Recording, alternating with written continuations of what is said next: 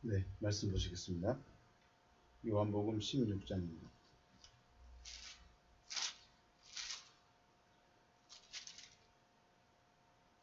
요한복음 16장 25절에서 27절 말씀.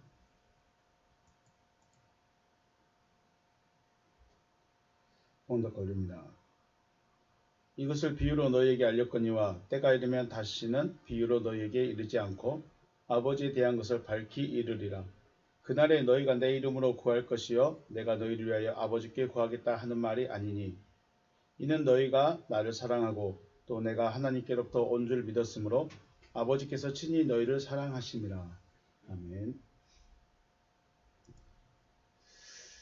우리가 신앙생활 하는데 구원이라는 것에 대해서 전혀 무시할 수 없습니다. 왜냐하면 구원이 신앙의 전부일 수 있기 때문에 그렇습니다.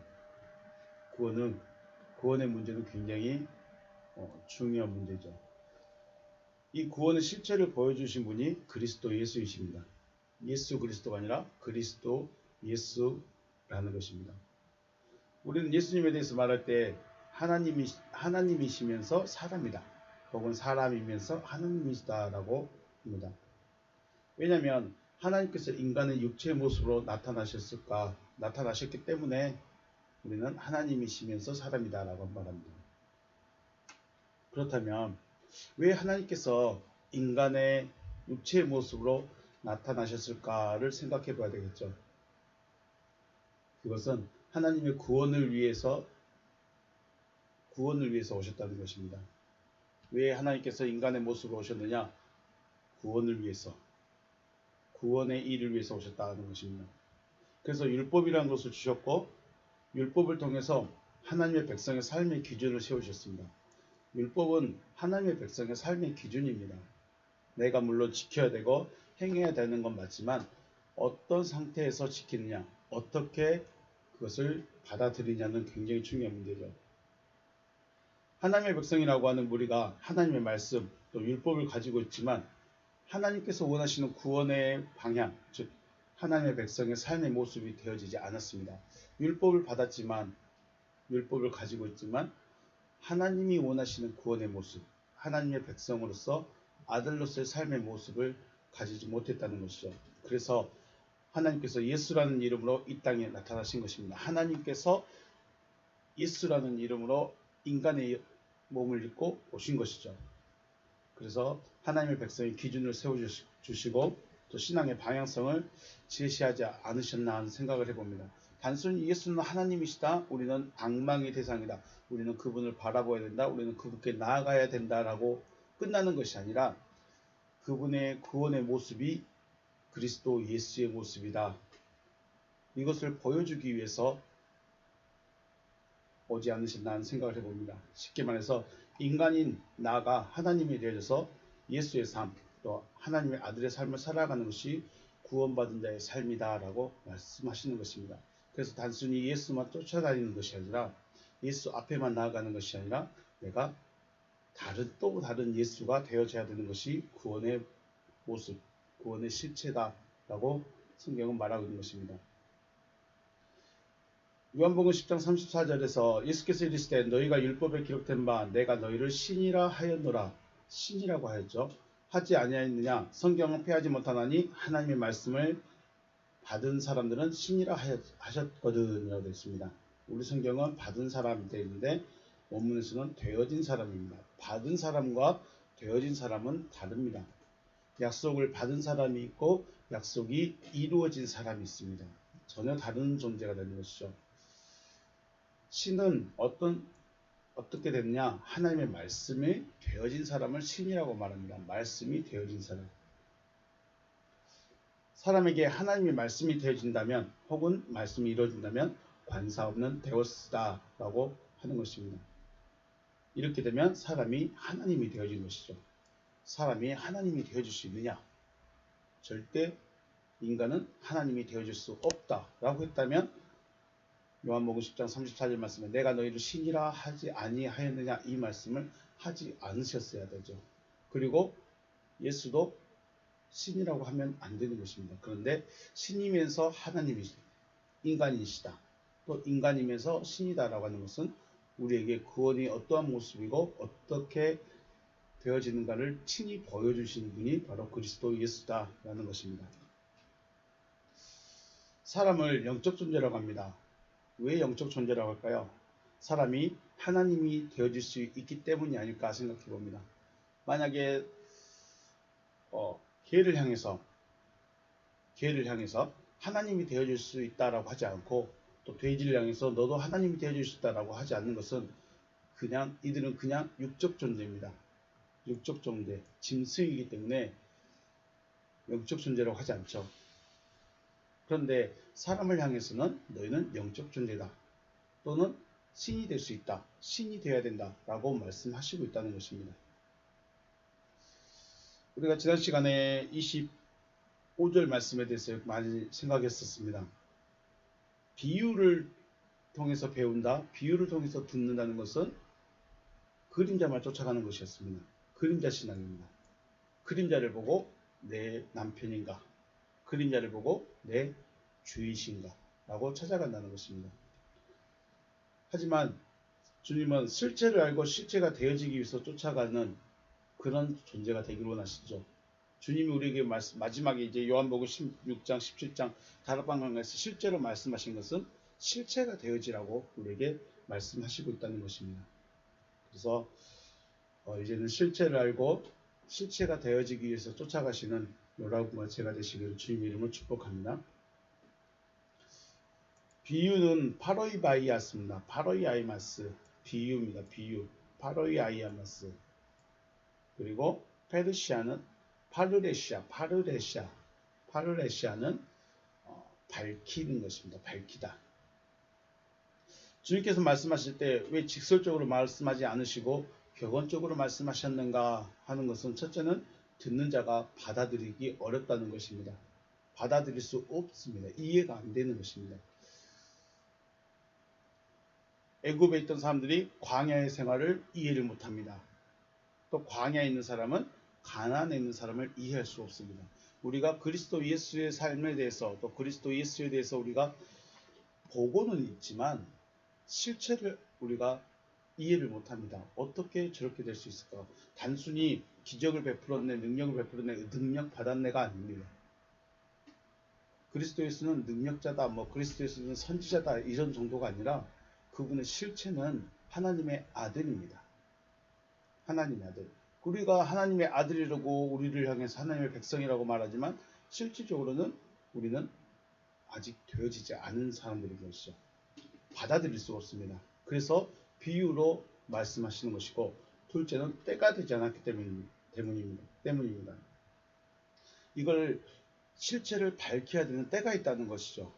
그냥 아무 때나 예수님이 사역을 시작하시면서 내가 하나님이고 너희가 너희를 하나님이 되게 하겠다 라고 말씀하지 않는 이유가 때가 아직 되지 않았기 때문에 그렇습니다. 그렇다면 들을 수 있는 그때는 누가 정할까?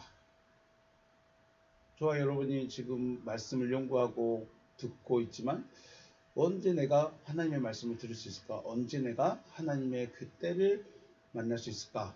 누가 정할까? 네, 중요한 문제죠. 이것을 생각할 때 아브라함에 대해서 우리가 생각을 합니다. 갈대아 오르 있을 때 혹은 하란에 머물러 있을 때 아니면 가나안에 들어왔을 때 하나님께서 내가 너에게 아들을 주겠다라고 말씀하지 않으셨을까 하는 문제입니다. 물론 네 자손을 하늘의 별같이 많게 해주겠다 이런 말씀도 있겠지. 창세기 말씀에 말씀하시죠. 창세기 12장에서 우리가 가장 먼저 알고 있는 12장 말씀, 땅을 주겠다, 내 이름을 창대케 하겠다 이런 말씀을 하시는데 이 말씀과 네 자손이 하늘의 별같이 많게 해주겠다는 말씀은 많이 실질적이지 않습니다. 그래서 아브라함이 약속을 받았을 때가 언제냐가 중요합니다. 갈대아 우르에 있을 때는 불러냈다는 것이고 하란은 아무것도 하지 않고 있었는데도 가나안에 들어왔는데도 말씀하지 않으셨습니다. 왜 그랬을까요? 이것은 아브라함의 개인적인 신앙의 상태에 따라서 하나님께서 밝히신다는 것입니다. 아브라함이 말씀을 들을 수 있을 준비가 되어졌을 때, 아브라함이 하나님의 말씀을 들을 준비가 됐을 때 하나님께서 밝혀주시는 것입니다.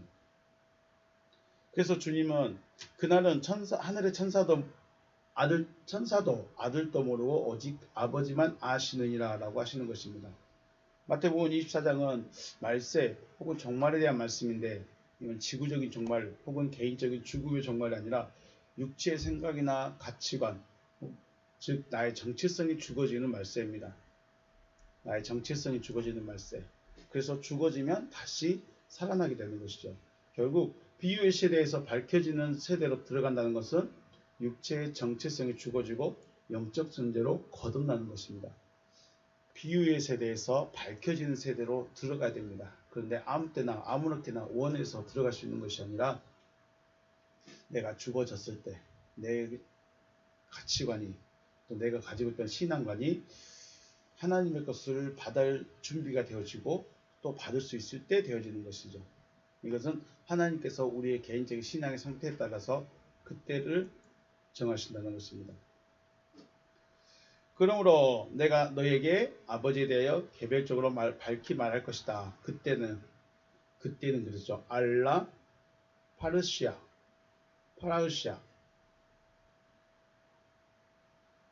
네. 파르시아 페리 투 파트로스 아나겔로 휘민입니다. 그러므로 내가 너에게 아버지에 대하여 개별적으로 밝히 말할 것이다. 아난겔로라는 말도 중요합니다. 아난겔로 광고하다, 선언하다 라는 말인데, 아나 위에 있는 것입니다. 위에 따로 개별적으로, 그리고 안겔로 소식, 사자, 천사 이렇게 말하는데, 그러니까 위에 있는 소식, 위에 있는 말씀이죠. 위에 있는 말씀을 보여주겠다라고 하시는 것입니다. 그때가 되면 각자에게 아버지에 대해 밝히 말씀해 주시는 것입니다. 그래서 우리는 하나님과 1대1의 관계라는 것이 바로 이런 부분입니다. 내가 하나님을 아는 것은 그때 아는 것입니다. 밝히 알아져야 되죠. 위에 있는 것을 아는 것입니다. 단순히 들어서가 아니라 땅에 있는 지식으로 많은 사람들이 유전으로 전해오는 그것들을 듣는 것이 아니라 개별적으로 주님께서 우리에게 알게 해주시겠다라고 하시는 것입니다. 26절입니다. 그날에 너희가 내 이름으로 구할 것이요 내가 너희를 위하여 아버지께 구하겠다 하는 말이 아니다. 본문 보시면 엔 에케이네 그날 안에서 헤메라 그날 안에서 엔토 오노만무 내 이름 안에서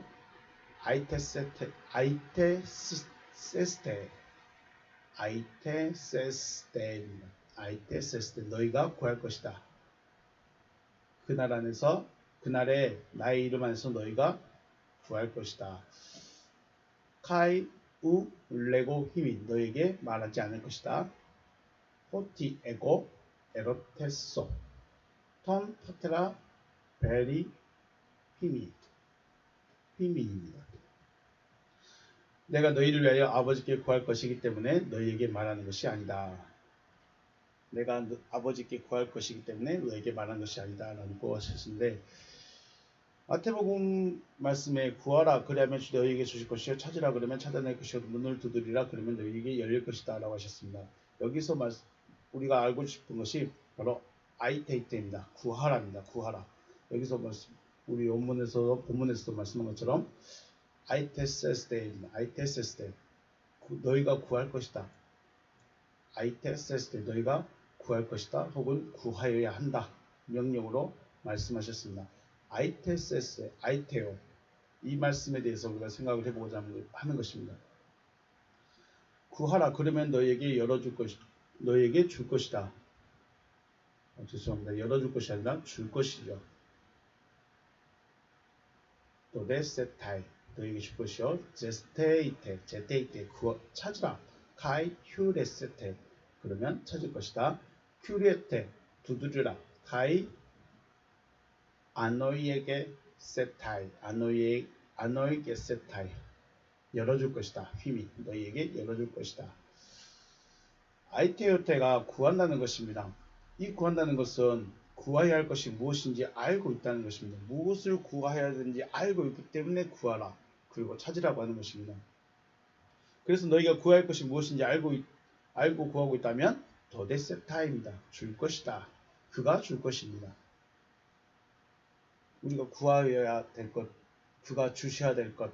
쉽게 말해서 주님이 아버지께서 주시고자 하시는 것이 무엇인지 알았다면 그것을 구하라는 것입니다. 이게 아이테오입니다. 아이테오. 앞에서 우리가 그림자와 실체에 대해서 생각을 해봤습니다. 실체를 알고 있는 사람이 구한다면 무엇을 구하게 될까? 쉽게 말해서 구원이 무엇인지를 이해한다면 예수를 구할까요? 그리스도를 구할까요? 우리가 구하고 있는 것이 무엇인지를 알아야죠. 무엇을 구하고 있을까요? 하나님이 지금 우리에게 주시고자 하시고 우리에게 보내고자 하신 분이 주시고자 하시는 것이 무엇인지 알면 우리가 그것을 구해야 되는 것입니다. 알고 구하는 자와 모르고 구하는 자. 알고 구한다는 것은 내가 무엇을 받아야 될지 알고 있기 때문에 주시고자 하신 것을 구하게 되는 것이고, 내가 무엇을 받아야 되는지 모른다면 무엇을 주실지 모르니까 아무거나 구하고 있다는 것입니다. 그런데 우리는 예수를 구해야 될 것인가, 그리스도를 구해야 될 것인가. 아들을 주겠다고 그랬죠. 하나님이 세상을 이처럼 사랑하사 독생자를 주셨다고 그랬습니다. 유일하신 아들을 주셨습니다. 그 아들이 누구냐? 예수일까요? 그리스도이실까요? 예수를 구한다는 것은 병을 고쳐주세요, 문제를 해결해 주세요, 기도 응답해 주세요, 어려움을 풀어주세요라고 기도하고 있는 것입니다. 이러한 것들을 통해서 우리가 하나님이 무슨 일을 하시는가를 맛을 볼 수 있죠. 맛을 보는 것입니다. 예수 자체는 우리에게 오실 수가 없는 것이죠. 그리스도를 구한다는 것은 구원의 실체가 되게 해주세요라고 구하는 것입니다. 예수를 구하는 것은 내 존재는 바뀌지 않겠습니다.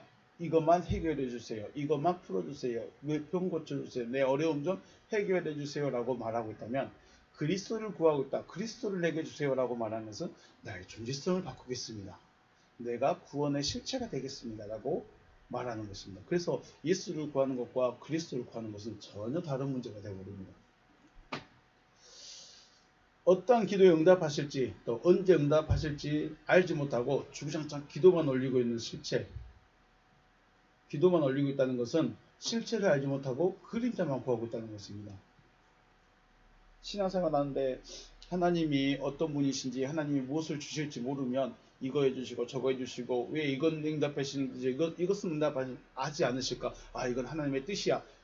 이렇게 내가 갖다가 붙인 것이 아니라, 이렇게 기도하는 것은 실체를 내가 구해야 될 것, 내가 얻어야 될 것이 무엇인지 알지 못하고 구할 때 이렇게 된다는 것입니다. 이런 상태를 바로 에로테소라고 말합니다. 지리하다, 요구하다 라고 하는 것입니다. 무엇을 얻어야 될지 몰라서 이것도 해보고 저것도 해보는 것이 바로 에로테소입니다. 에로테소. 구해야 할 것, 주시고자 할 것, 또 받아야 할 것이 무엇인지 분명하게 알고 구하는 것은 아이테오. 단어가 다르죠. 구하는 것, 지리하는 것, 사전적인 뜻은 같은데 사용하는 용도가 다릅니다. 어떤 말로 우리가 구해야 될 것인가, 어떤 말을 사용하여야 될 것인가를 우리가 좀 알아야 되지 않나 생각해 봅니다. 실체를 알고 실체가 되어지기 전에는 에로테소적인 기도 생활과 신앙 생활을 하고 있다는 것입니다. 이런 측면에서 볼 때 요한복음 시대는 그래서 밝히는 시대입니다. 그래서 드러나는 시대입니다. 그래서 25절에서 내가 비유로는 다시 너희에게 말하지 않고 그때가 되면 밝히 말하겠다. 대놓고 실질적으로 말해주겠다라고 하시는 것이죠. 하나님은 빛이시고 주님도 빛이십니다. 빛이 밝아질수록 드러나게 되는 것입니다. 거꾸로 빛이 어두워진다면 드러나지 않고 어둠의 상태로 그대로 살아가는 것입니다. 그러므로 중요한 것은 우리의 개념이 바뀌어져야 되고 상식이 달라져야 된다는 것이죠. 내가 무엇을 구하고 있는가를 알아야 됩니다. 단순히 내 존재는 변하지 않고 나는 그대로 있으면서 문제 해결만, 어려움만 풀어달라고 하는 신앙인가, 아니면 내 존재가 먼저 변화되기를 구하고 있는가, 우리가 생각을 해봐야 될 것입니다. 그날에 너희가 내 이름으로 구할 것이라고 하셨습니다. 그날입니다. 그날은 하나님께서 주시고자 하신 것을 얻은 날이죠. 그날에는 내 이름으로 구할 것이다. 왜 내 이름으로 구할 것이냐? 이게 하나님의 아들이 되어졌기 때문에 주의 이름 안에서 내가 직접 하나님께 구하는 것입니다. 내가 직접 구하는 아버지께 구하는 것입니다. 왜냐하면 주님과 아버지와 내가 하나가 되어졌기 때문에 내가 아버지께 직접 구할 수 있다는 것입니다. 직접 구하지 않는다는 것은 내 말을 전해줄 사람이 필요한 것입니다.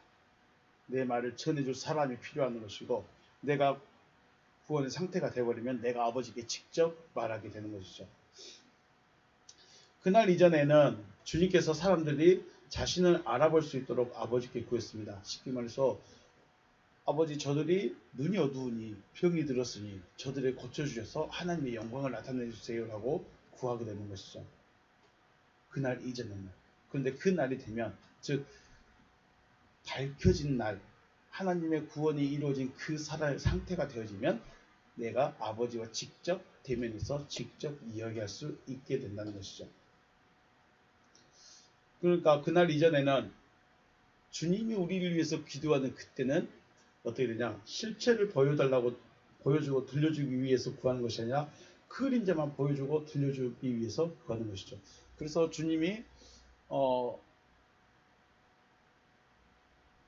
공관복음에서 마테마가 누가에서 보여줬던 기적과 표적들은 그림자를 보여주는 것입니다. 그래서 그림자를 보여주셔서 감사합니다. 병든 자를 고쳐주셔서 감사합니다. 주님이 직접 이렇게 기도하는 이유는 하나님께 감사한 이유는 그림자만 보여준 것 뿐입니다. 그런데 사람들은 그것에 열광하죠. 창세기 1장에서 다섯째 날에 만들어진 짐승들이 있습니다. 다섯째 날에 만들어진 짐승들. 하나님께서 이 짐승들에게 주신 복은 생육하고 번성하고 충만해지는 것입니다. 결국 다섯째 날의 존재들의 결론은 충만입니다. 그래서 씨를 뿌렸으면 풍년이 되기를 바라고 투자를 했으면 몇 배를 받기를 바라고 사업을 시작했으면 더 많은 돈을 벌기 원하는 것은 당연한 것입니다. 문제는 여섯째 날에 만들어진 사람이 있었다는 것이죠. 만약에 다섯째 날로 끝났다면 충만으로 끝납니다. 충만하면 다 된 겁니다. 그런데 여섯째 날 사람들을 보면 다르죠. 여섯째 날 사람들은 창조하시면서 다섯째 날의 존재와 대비되게 말씀하셨습니다. 다섯째 날의 존재가 먹어야 될 것은 땅에 풀이고 여섯째 날에 창조된 사람은 씨가 있는 열매를 먹게 됩니다. 다섯째 날에 만들어진 존재와 여섯째 날에 만들어지고 창조되어진 사람의 관계성이 없다면 굳이 대비해서 말씀하지 않으셨을 것입니다. 그런데 왜 다섯째 날이 있고 여섯째 날이 있는가?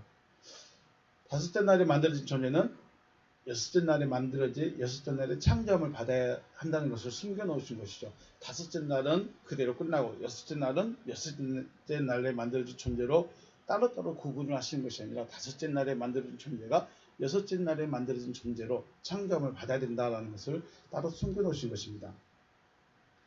그런데 숨겨놓았기 때문에 자신들에게 허락하신 복의 결론이 충만에만 집중한 것이죠. 다섯째 날에 있는 존재가 여섯째 날에 이루어질 것에 대해서 관심이 없다면 숨겨져 있기 때문에 알지 못합니다. 정복하고 다스리는 것에 대해서 알 수가 없습니다. 그래서 안다면 이루기를 원하지만 중요한 것이 숨겨놨습니다. 그래서 정복하고 다스리는 것에 대해서는 알지 못하는 것입니다. 우리가 말씀 충만, 성령 충만, 기도 충만, 전도 충만 중요한 말이죠. 중요합니다. 근데 중요한 것은 충만만을 말하고 있다는 것이죠. 이러한 충만이 채워졌다면 정복과 다스림으로 이어져야 됩니다. 기도 충만했습니다. 말씀 충만합니다. 말씀 충만하게 했습니다. 전도 충만하게 했습니다. 이것으로 끝나는 것이 아니라 정복하고 다스리는 데까지 이어져야 됩니다. 하지만 정복하고 다스릴 수 있는 존재는 창조함을 받은 자만이 할 수 있다는 것입니다. 창조함을 받아야만이 충만의 복에서 충만한 것으로 끝나지 않고 정복과 다스림으로 넘어갈 수 있다는 것입니다. 신앙의 목적이 정복과 다스림으로 이어지지 않는다면 충만에 머물 수밖에 없고 만족하게 되는 것이죠. 그래서 말씀을 읽는데 물론 말씀만 많이 읽어야 되겠지만 충만한 대로 끝나버립니다. 기도도 당연히 해야 되지만 기도를 많이 했다는데 만족해버리죠. 전도도 분명히 해야 되지만 사람 많이 채웠다로 끝나버립니다. 중요한 것은 정복과 다스림입니다. 정복하고 다스리라고 하셨으니까 창조되어진 사람은 정복하고 다스려야 합니다. 다른 사람을 정복하고 다른 사람을 다스리는 것이 아니라 육신적인 생각과 내 육신을 정복하고 다스려야 된다는 것이죠. 왜 가인에게 너는 죄를 다스리라 라고 말씀하셨을까? 정복하고 다스려야 되는 것입니다. 하나님의 형상대로 창조함을 받았으니 하나님의 속성으로 정복하고 다스려야 된다. 무엇으로 정복할 것인가? 내 생각을, 내 육체적인 욕구를 무엇으로 다스려야 되는가? 하나님의 사랑으로, 하나님의 속성으로 정복하고 다스려야 됩니다. 그래서 사랑입니다. 사랑으로 정복하고 다스려야 되는 것이죠. 강압이 아닌 본을 보이는 것. 주님이 그러하셨듯 또 바울이 그러하셨듯 본을 보이는 것입니다. 아침에 아이를 데려다 주는데 그런 생각을 했습니다. 부모가 강압적으로 한다고 해서 아이가 따라오는 것이 아니라 아이는 본을 받아 따라오는 것이죠. 강압적인 모습을 보이면 강압적이 될 수밖에 없는 것인데 참 부끄럽습니다. 혼자 생각하면서도 부끄럽습니다. 본을 보여준다는 것은 단순히 시키는 것이 아니고 다스리는 것이 아니고 사랑이라는 것인데 이런 존재가 되어져야 되지 않나, 되어져야 되는 것이죠. 다섯째 날의 존재들이 정복하고 다스림의 복을 흉내내려고 한 사람들은 억압하고 강압적으로 힘으로 정복하고 다스리려고 하는 거죠. 분명히 정복하고 다스려야 되는 건 알겠는데 어떻게 해야 될지 모릅니다. 그래서 억압하는 것이죠.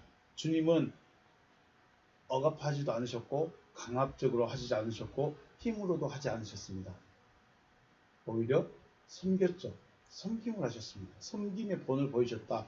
그래서 우리가 세족식을 하면서 난 당신을 섬깁니다. 이런 섬김이 아니고 섬김은 밥을 차려주고 물을 떠다주고 설거지해주는 그러한 육신적인 섬김이 아니라 말씀을 그대로 전하는 것입니다. 말씀을 전하는 섬김입니다. 이것이 바로 세적의 의미죠.